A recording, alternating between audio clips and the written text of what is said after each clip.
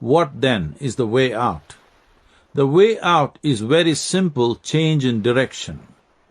You just need to see that the source and basis of your experience is within you.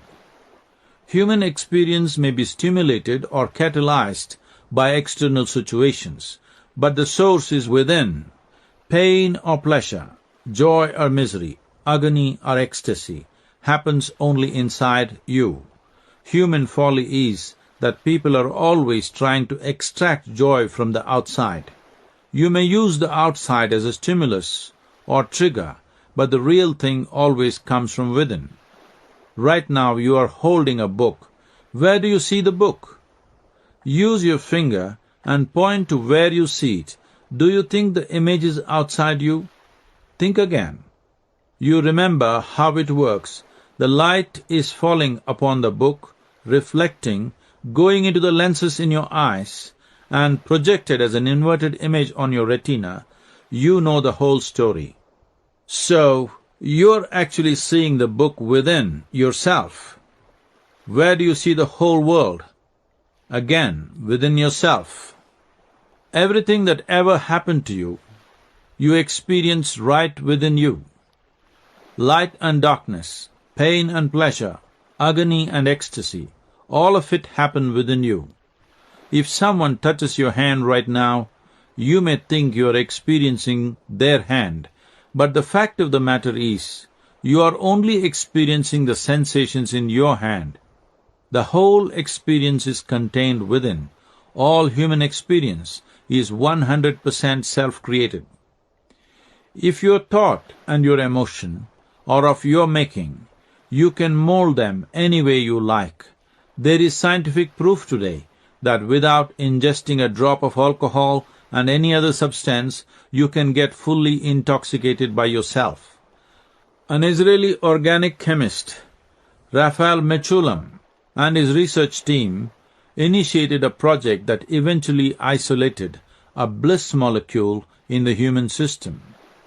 In lay terms, they discovered that the human brain has natural cannabis receptors. Why is this so? They found that this is simply because the body is capable of producing its own narcotic. It can manufacture its own bliss with no external stimulus, and that too with no hangover. The reason why certain chemical substances like alcohol, recreational drugs are dangerous is because they can reduce your awareness, ruin your health, create addictions, and destroy you. But here is a bliss narcotic that is created and consumed by your own system and which has a tremendous impact on health and well-being. It means that the human system is wonderfully self-contained. Other similar chemicals have been discovered more recently as well, but this particular chemical has been named Anandamide, based on the Sanskrit word Ananda, which means bliss. We can infer from this that happiness is just a certain kind of chemistry. Peace is another kind of chemistry. In fact, every kind of pleasantness that we experience, whether peace or joy or ecstasy, is a kind of chemistry. The yogic system has always known this. There is a technology for inner well-being, for creating a chemical basis for a blissful existence. This is one dimension of what I call inner engineering. If you are aware, you can activate your system in such a way that simply breathing is an enormous pleasure. All it takes is willingness to pay a little attention to the inner mechanism. This is the fundamental shift in understanding that has to happen. Do not look for a way out of misery. Do not look for a way out of suffering. There is only one way, and that is in. Most people think peace and joy are the goals of the spiritual life. This is a fallacy. Peace and joy are the basic requirements for a life of well-being. If you want to enjoy your dinner tonight, you must be peaceful and happy. If you want to enjoy your family, the work that you do, And the world that you live in, you must be peaceful and happy. Peace and joy are not things you attain at the end of your life. They are the basis of your life. If you consider peace to be the ultimate goal, you will only rest in peace. The word spirituality is one of the most corrupted words on the planet. Don't walk the spiritual path for peace. It is because most people are so deprived of peace that they consider it to be the ultimate aspiration. When I was in Tel Aviv some years ago, I was told that shalom was the highest form of greeting possible. I asked why. Because it means peace, I was told. I said, why would peace be the highest aspiration unless you're in the Middle East?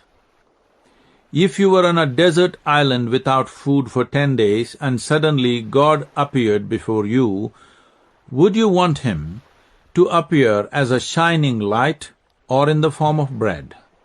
In India, certain communities worship food as God because they have been deprived of food for a long time. In California, love is God. Whatever you feel deprived of looks like the highest aspiration. The thing to remember is, none of these will settle you in any enduring way. Human life is longing for unlimited expansion, and that is the only thing that will settle you for good. The spiritual quest is not a cultivated choice. It is not an induced quest. It is a natural longing. But unless you handle it consciously, it will not yield. When being peaceful, blissful, and joyous are not efforts anymore, you naturally start seeking, want to know the nature of life. Mysticism on this planet evolved only in those places where people learned the technology of being ecstatic by their own nature. This is because only when you are blissful will you be in the highest state of receptivity, truly willing to explore all aspects of life. Otherwise, you would not dare, because if keeping yourself pleasant is a big challenge, you cannot take on other challenges. Once it happened, an 85-year-old man went fishing in Louisiana. When he was just about to call it a day, he caught a frog. He was about to release it into the marsh again when the frog spoke. "Just kiss me passionately," it said, "and I will turn into a beautiful young woman." The old man inspected the frog for a long time. The frog puckered up its lips in anticipation. Then the old man put the frog into his fish bag. The frog screamed, "Didn't you hear me? Just one kiss and I will turn into a really beautiful young woman." The old man said, "At my age, there is not much I can do with a beautiful young woman. If kissing you could turn me into a handsome young prince, that would be different. But for now, a talking frog, believe me, I can smell money." Choices that you make out of inability are not life solutions. An inability to be joyful by your own nature can make the simplest issues in life seem like highly complex problems. Right now, being peaceful and joyful is made out to be the most significant problem in human existence.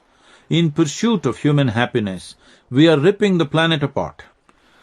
The reason the simple things like being peaceful, joyful and loving have become ultimate aspirations is that people are living without paying any attention to the life process.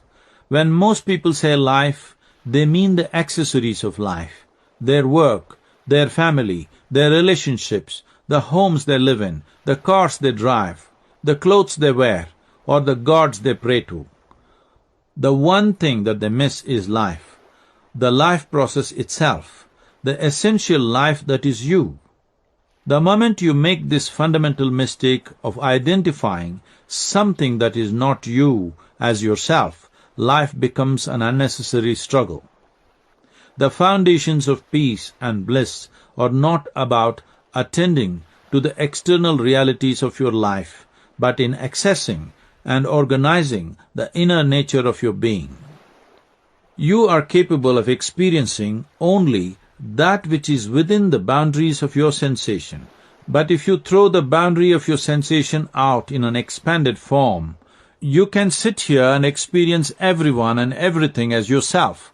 You can stretch it further and you can experience the very cosmos as you experience your own body.